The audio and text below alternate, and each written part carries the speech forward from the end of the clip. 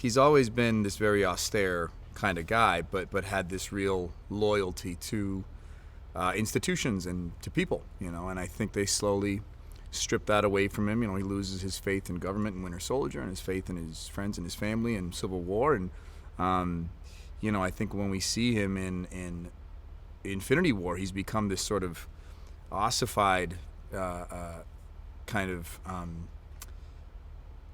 I don't even know what the right word is, but he's just turned his back on a lot of things, and I think with this movie they let him kind of return back to that kind of like sanguine, hopeful soldier leader. The biggest worry is not only trying to make the guy entertaining, but to make sure that the series stays entertaining.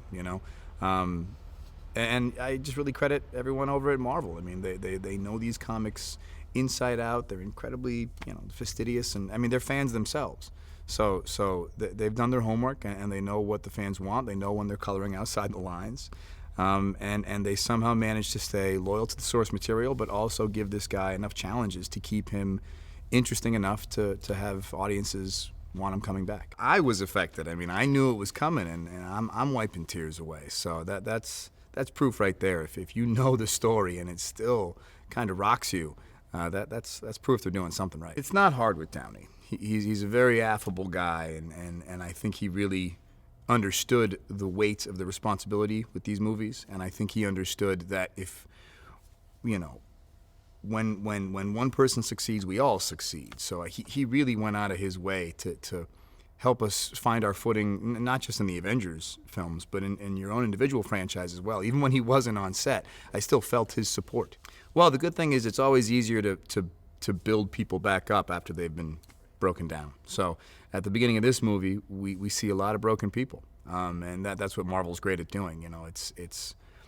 They've truly leveled us, not just literally, but morally and emotionally. They're true cinephiles. They really, really know so much about movies. Their directing style is really connected to that knowledge because they can reference other things in a way that I've not seen other directors reference, and right away you can kind of understand what they're looking to convey with the scene. And again, they're also incredibly personable guys, so their attitude kind of breeds this sort of lightness on set, which makes everyone feel like it's game.